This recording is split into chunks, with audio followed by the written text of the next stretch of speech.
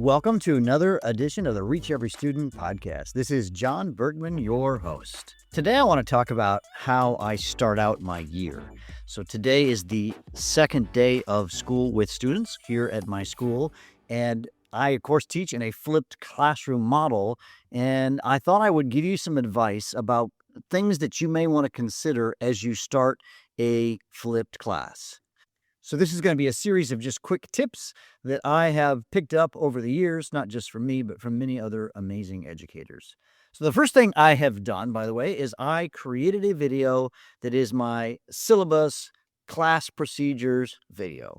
And I sent that home to my students actually before school started and encouraged them to watch it before school ever started. We had email addresses and I sent them to their emails. Not every student, by the way, watched the video, and that's okay, but I had a high percentage of them. And then when I see my students on the second day, then we're going to just discuss it. So instead of me like going over procedures and all that kind of stuff that is kind of boring, on the first day of class, we actually did an experiment. I wanted them to get active in their learning and to enjoy the time, connect with me, connect with their fellow peers.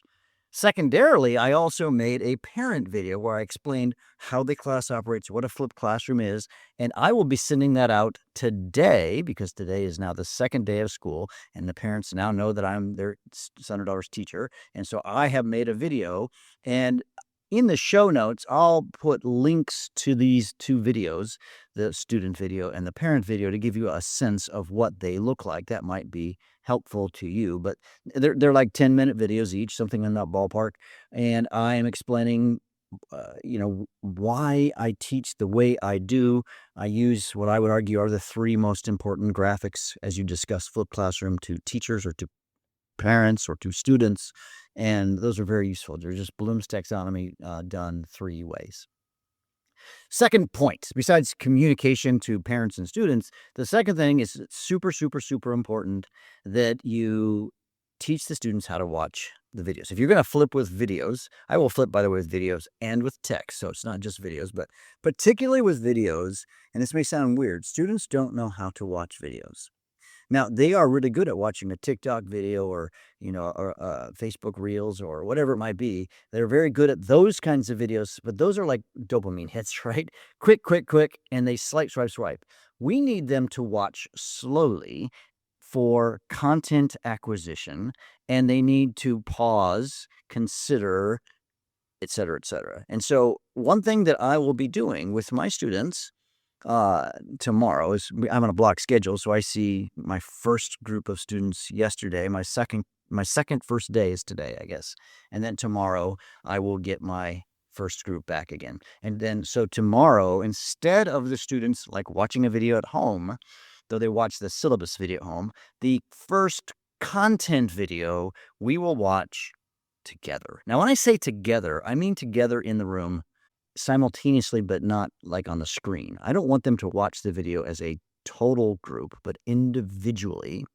And I've already created graphic organizers for them to take notes in their, on papers that I'll be handing out. Actually, I do a kind of packet.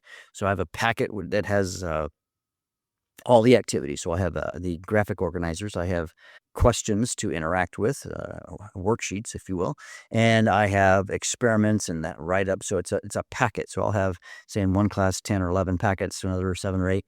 Depends over the course of the school year, and then we work through that packet. I'm still a believer in paper. So anyways, I'm going to have them watch the video in class, but my role, your role, if you do this, is to walk around the room and help kids and watch them take notes. And you're going to quickly realize who needs more assistance in this. And I'm going to be trying to check and find out which students are struggling, making note of these things. And by the way, while they're watching this, I'm also doing something else. I am memorizing their names, because it's a quiet time where they're working on a video. They've got it's a 12-minute video, depending on which class. And they're going to be watching this, and then I'm walking around, and I'm trying to connect with them on an individual level, because it's so important. Again, I've said this a million times, but if you haven't heard me say this, I believe what makes good teaching good is active learning and relationships. And I want to establish that relationship early on. And actually, another tip, lots of things in my head. Second thing I did with my students on the first day, I did yesterday, I did today, is I assigned what I call the selfie video.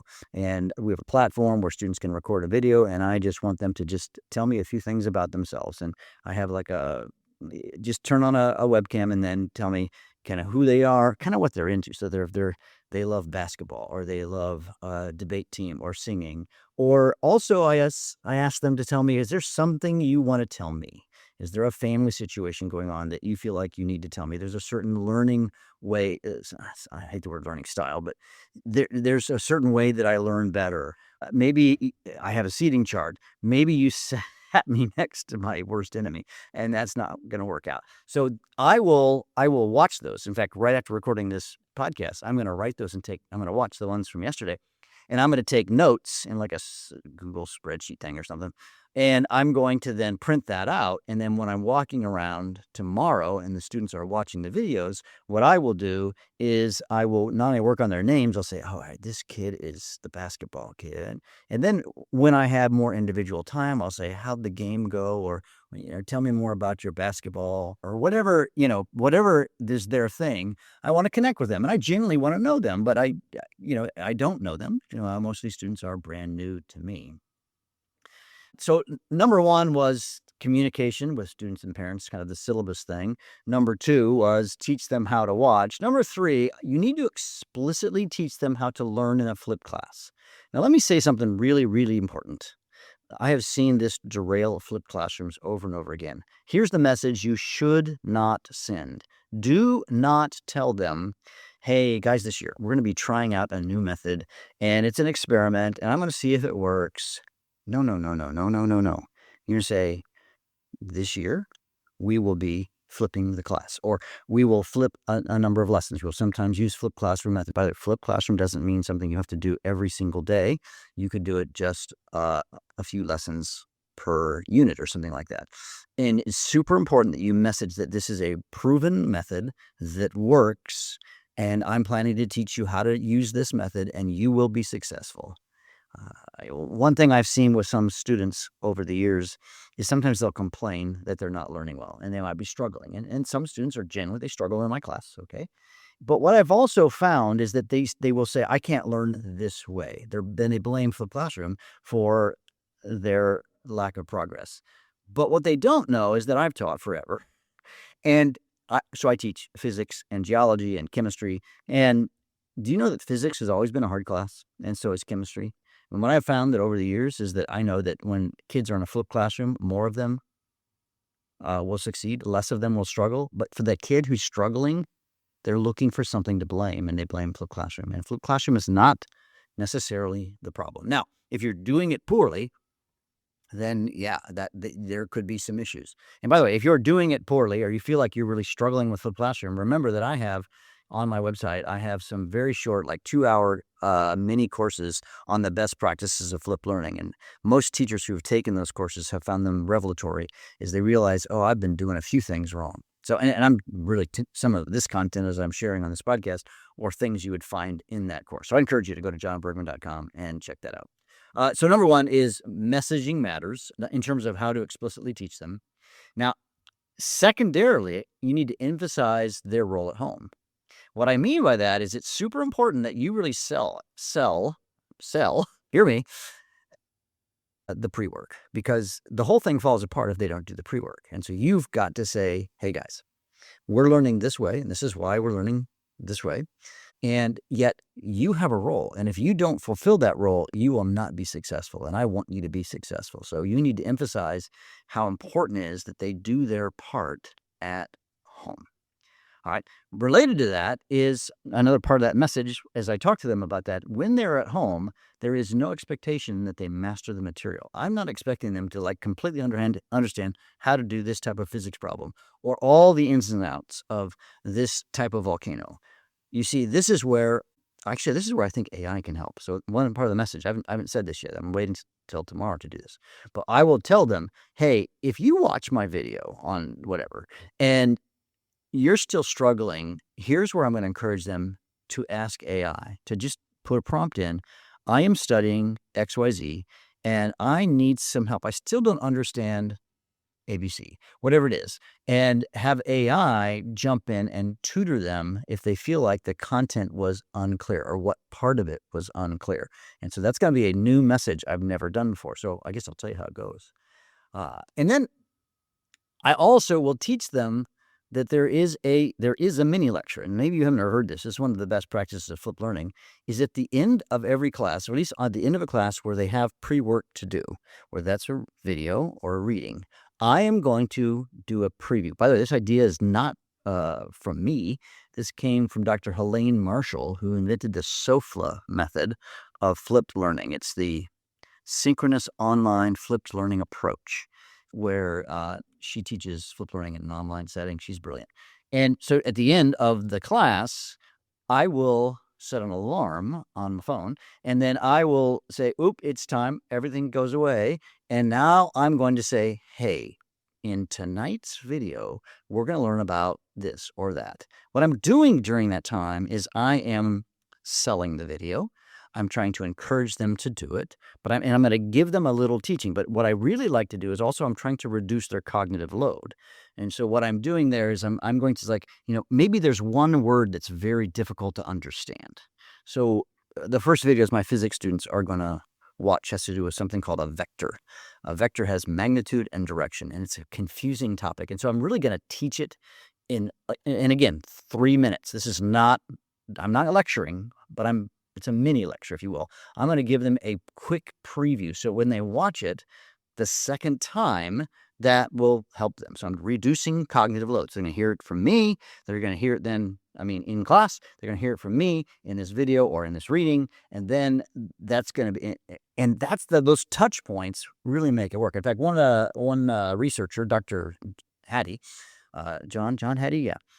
His most recent book on visible learning, he talked about flipped learning, and he hypothesized that the reason flipped learning works is because you get multiple touch points. And by doing the preview, I'm adding one more touch point for students. They get to see the content multiple times. All right, so what were my tips? Tip number 1 was communication. That's the syllabus and the parent communication. Tip number 2, teach them how to watch. Tip number 3, explicitly teach them how to watch. And I think what I'll close with is, actually, no, 2 more things. So what I'm going to close with is I'm just going to give you kind of my daily routine. Now, this has been established yet. It'll happen in the days to come. I'm trying to build them up to this. So what happens in a typical day of a flipped class? The first thing I will do is I have an icebreaker. This is about relationship building. It has nothing to do with what I teach, science. I ask them a question. Like, for example, the question of yesterday and today, since we're on the block, is what was your favorite toy as a child? And then I reveal to them that as a child, I had these little green army men, think Toy Story. And I tell them a little story, and we laugh a little bit. And then the students, this is how I take attendance. I'll say, and I'm learning their names at the same time. I'll say, and Susie, and Jose. And they each answer the question, what's your favorite toy? And I have a list. Feel free to email me or something. I have 250, questions that I've garnered over the years. And I'll just pull up a question every day to ask the kids. I did not get this idea myself. I actually stole it from my amazing, amazing children who are both teachers. My daughter, Katie, was the one who came up with the idea. I did daily question. Anyways, icebreaker number 1. Number 2, I will review last night's pre-work. So there's going to be some pre-work, and I'm going to say, what did you not understand? What did you struggle with? And we'll just have a brief moment. I will also be checking to see who did or didn't do the pre-work. So make sure you have a system in place. And I will have a little chat with those who have not done the pre-work. And, some of my kids won't. And I'm going to have chats with them. And I assign points. We could all talk about that later. And then, so icebreaker, and then review last night's. And then I'll have some activity. The activity might be in my class, might be an experiment. It might simply them working on some problems. In some classes, it'll be more of group activities. Sometimes it'll be group discussions. It's all the good teacher stuff you've always done, but lots of time to do activity, whatever that might be. And then I will close out the class with the preview of that night's pre-work, whether it's a video or a reading. And so, yeah, lots of ways to think about. It's important that you intentionally flip your class or start. So it's important that you are more intentional about how you start a flipped classroom. Because right now, I'm building culture. I'm trying to build a culture of learning in a certain way, and I have to train the students up on how to do it. And it is so important to do that right. And even if you're going to flip a lesson or two, or, when I say a lesson or two, maybe 2 lessons a unit, when you do flip classroom stuff, make sure you build that culture in for your students. So I hope this has been helpful for you. It may be a little late. I'm going to try and get this out right away because some of you have started the year like I have, and I just thought, man, this would be helpful for a lot of you. And some of you still haven't started this school year. So I hope this has been helpful. Anyways, yeah, this is John Bergman. I encourage you to subscribe to the podcast on your podcast feeds. Go to johnbergman.com, or the actual website for the podcast is reacheverystudent.com. So go to reacheverystudent.com. You might notice that I've got these courses. I encourage you to think about taking those. Have a great start to year. It's always exciting. I was at the gym this morning. Free comment here. I was at the gym this morning talking to my friends, and I said, you know what? One of the benefits of what I do is I get a fresh start every year. And they all looked at me and said, oh, yeah, yeah. One guy's a doctor, another guy works in oil or whatever. And they said, yeah, my job it keeps going. But I get to start new, build new culture. And as an extra work, of course it is. But all the mistakes I made last year, I can forget and let's start afresh. What a great profession we have. And so I encourage you to go out and reach every student because each student matters. Have a great, great start to your year.